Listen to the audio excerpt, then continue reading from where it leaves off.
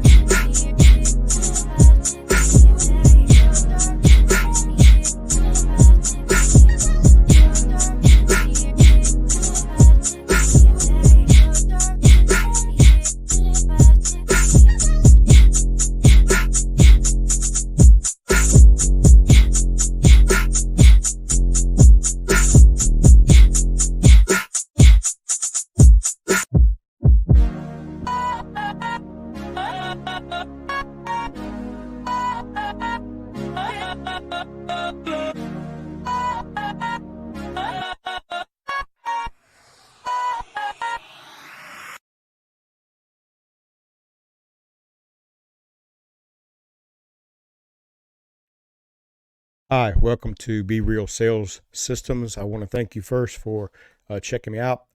Just to give you a quick backstory, this is a system I created.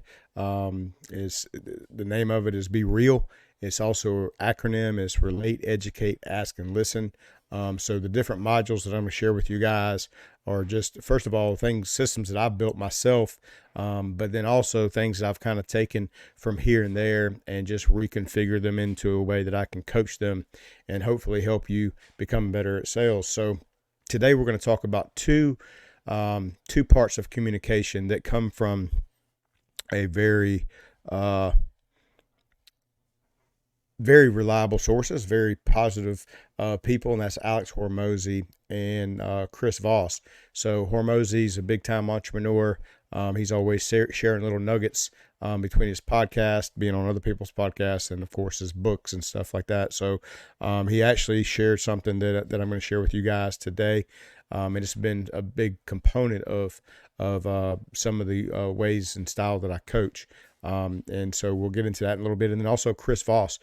Chris Voss wrote a book called Never Split the Difference.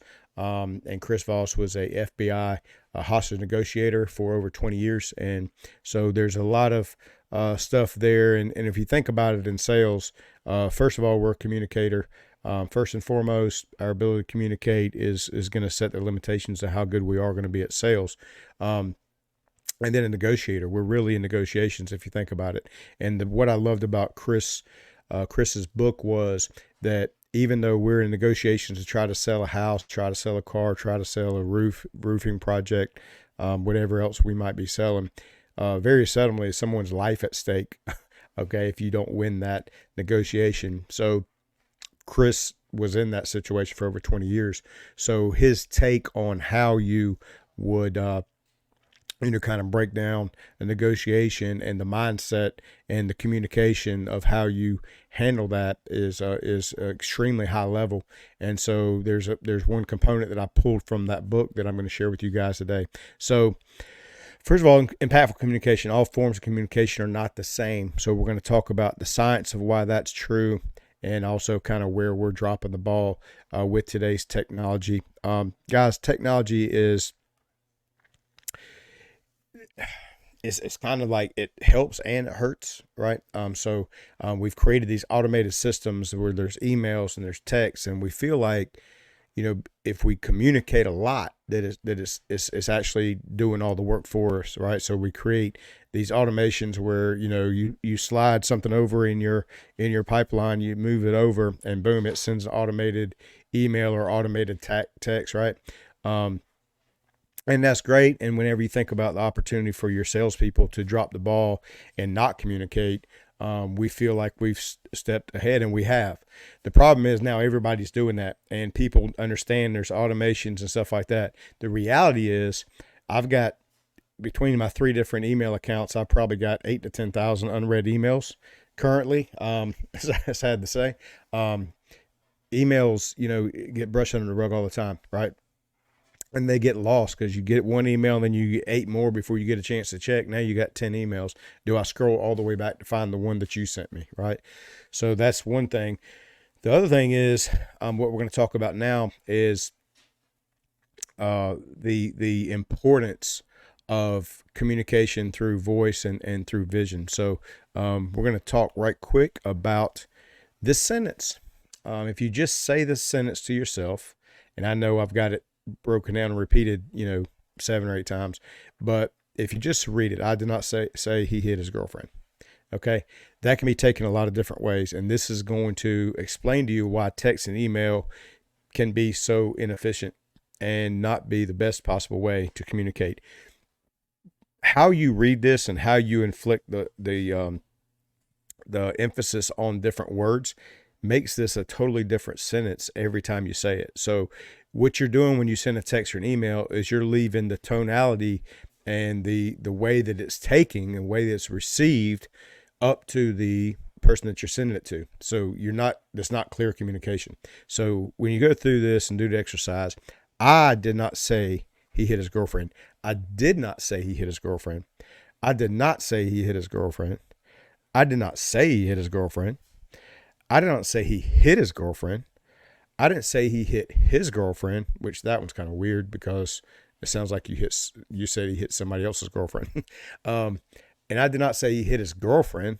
So literally how you read that means a totally different thing every time you say it. So that's where text and emails, depending on the mood that they're in, depending on how the interactions have been going before this text or email was sent, maybe they were already kind of on the fence, about some other things that had happened previously that's not going so great, or their perception of that. And then they get this text and whatever text it is, and they just automatically take it the wrong way. And a lot of times we don't even know that. So there's slowly this thing building up because of communication. So now I'm going to take that concept, and I'm going to roll it into the other one. This came from Hormozy. Now I'm going to trade it over and talk about what Chris Voss said in this number right here, 738.55. When you add those 3 numbers together, you get 100. So for 100% clarity of the delivery of your message and it being completely taken in the correct context, okay, these 3 numbers matter, okay? 7% of the way that you communicate is actually the words that you say. So only when you're sending a text, when you're sending an email, that is only 7% effective, okay? Now, they may land, and I'm not saying that it's not good to have those touch points, and it's great as a business owner, as a leader, as a manager. It's great to know that you can point and say, okay, well, you were told this, so that he said, she said doesn't come into play. And a lot of that is let's be clear, that's what a lot of those automations do. It just covers our butt, but it's not necessarily the best way to communicate, right? So that's what I'm sharing with you today. Now, the 38% is the tonality. So it rules out what we just talked about with Hormozy, where you have to hear it so that you understand the tone of which it was delivered. So you understand the true meaning, okay, of that information. So again, when you speak to somebody on the phone, that's a win. You just took that one component and raised it up a level. So now the words that you said are more clearly communicated. Here's the thing, 55%, over half of the way that you communicate is determined by the physical, the way that you deliver it. So are you making eye contact? What's your body language? So we all know body language is vital, right? So you can't see that from a phone call, right? You can't apply a lot of things the way that we receive information through a phone call. So even though, the emails, the texts are great, it's a touch. I'm here to tell you, and so is science. This is, the FBI don't play around with their stats. They do pretty in depth because, again, people's life is at stake. So they're very intentional about having this information. So again, phone call is great. Here's the problem with phone calls, guys. Phone call is you call someone. How often are you yourself just sitting around waiting for somebody to call so you can just talk to them? Hey, yeah, I'm just sitting here waiting for somebody to call me. I'm bored. No, man, you're doing something. So every time you call someone, there's an opportunity for you to be bothering them even if it's information they want, they're having to stop what they're doing and be intentional about this conversation, right? The other thing is, and it happens to me all the time, but they'll call me while I'm doing something else, and I'll still keep trying to do that. I'm not taking notes. I'm not really retaining. I'm not doing follow-up questions in that communication. And so I get off the phone, man, I forgot to ask him, or, I forgot to find out this, or, I think he told me that, but I can't remember. So you're just not, it's not ideal, like even the phone call. So the text email is great. It's just sitting there for you to check it whenever, and it's right there. The problem is it gets buried, right? You might have sent me an email, it's 42 emails back. I'm never going to see the freaking email. So, so that's the kind of fallouts on those two sources. Now, so when you're trying to juggle multiple clients, you can't really go see people in person, right? It's very difficult in today's age how you are trying to juggle so many clients. It used to be simple, there was no cell phones. Phones, people, you couldn't really reach them unless it was at nighttime, or you called them at work because they only had landlines. So we've evolved into a lot of, to a great extent, we have disassociated any kind of personal interaction from the sales process. So here's what I challenge you on. Video messages. Okay. It sounds so simple, right? It sounds overkill. I understand that too, right? I very seldomly send text. I usually make a video and send to my clients. And I do it with other people, just friends and stuff. I'll send them a video. I even I would rather FaceTime you than just talk to you on the phone, right? So, because I need 100% clarification. So one of the things I do, like being in the roofing industry for a while, what I would do is the day after I signed a contract or met a client that even if I wasn't going to do business with them now, I've set an appointment to come back and re-inspect at a later date or whatever. I always follow up the next morning with a video message, and I may record 3 or 4 of them, depending on how many people I spoke to the previous day. And I'll just send them a personalized message at 8:00. Boom, I send those things out. And so here's what I know. We all want to have a record of what we said, right? So the text and email is great, but so is a video. That's still recorded. It's right there. Yes, I told you this. This is the date I told you.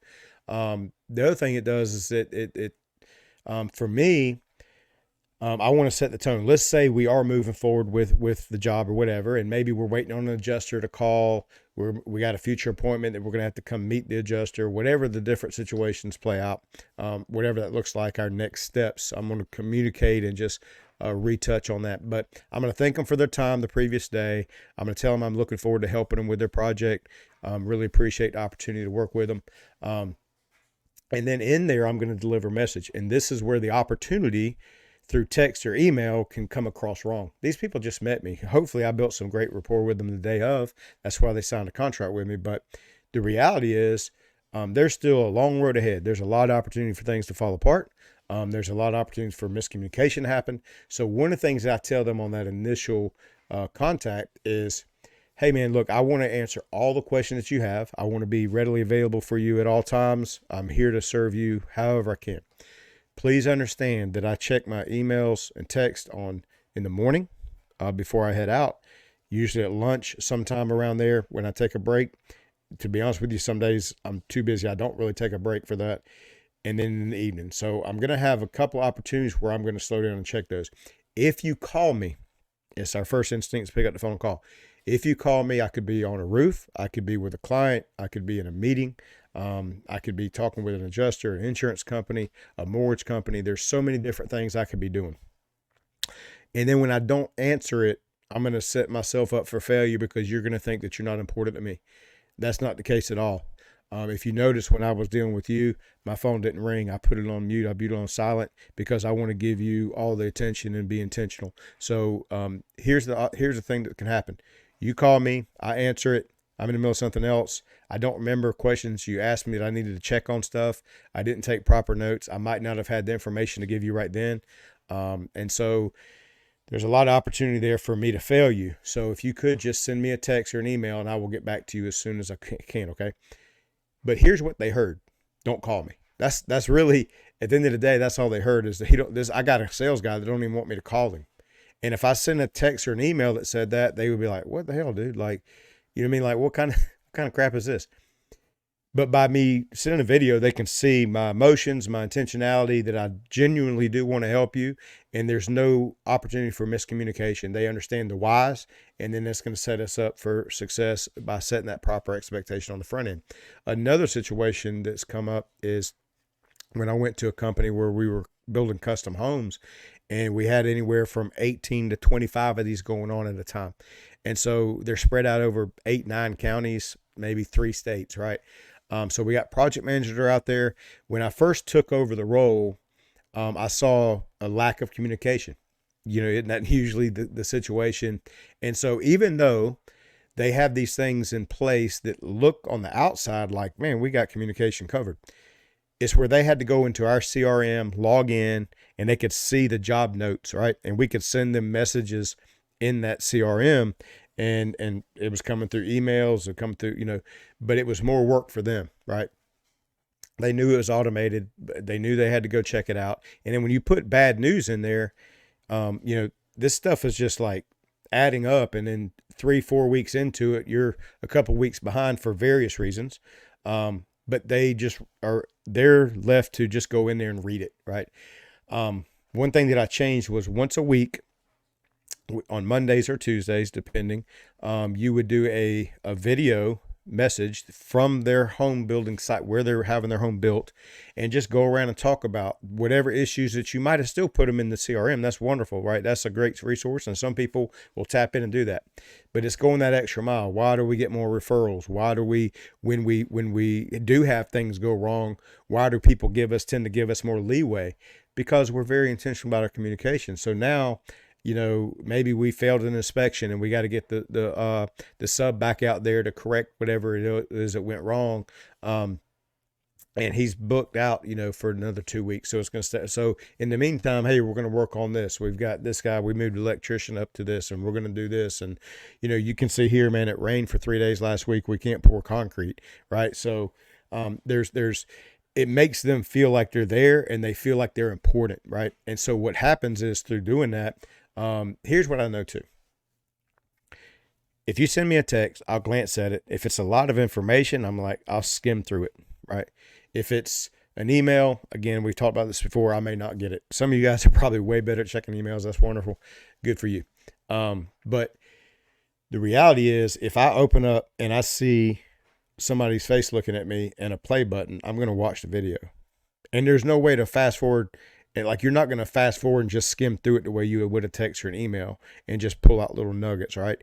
You're going to actually watch the video, especially if you're at your home, at your site where your home is being built, right? So, you know, another thing, like little things that I try to do is, when I'm sending that video to the homeowner in the roofing industry, just met him yesterday, usually for the first time, I'm doing this before I'm in my work. I'm not going to sit there. I used to sit in my truck before I started, and I would just send out the videos right there in the morning before I went. Then I started just doing it in regular clothes while I'm drinking my coffee. I want them to know that they're that important to me, that I haven't even started my work day, but I'm reaching out to them, right? So there's a lot of subliminal messages that you send through that as well. So again, different ways that this applies in any industry, but just, you can see there from the numbers with Chris Voss, and obviously through this little exercise we did from Alex Hormozi, it is very, very important that you understand that we are in a video age. YouTube is popping off, man. I listen to podcasts, but more than listen to them, I watch podcasts. Like, everything they're saying, I could just listen to it, but I watch it. I mean, that's just me, but that's a lot of people. A lot of people do that. And so they would rather watch it than just listen to it. So again, that's our first module, guys. We're going to have more modules to come. I do appreciate your time. And until next time, be real, relate, educate, ask, and listen. Make better connections with your clients. And remember to create comfortable conversations that lead to valuable relationships. Thanks.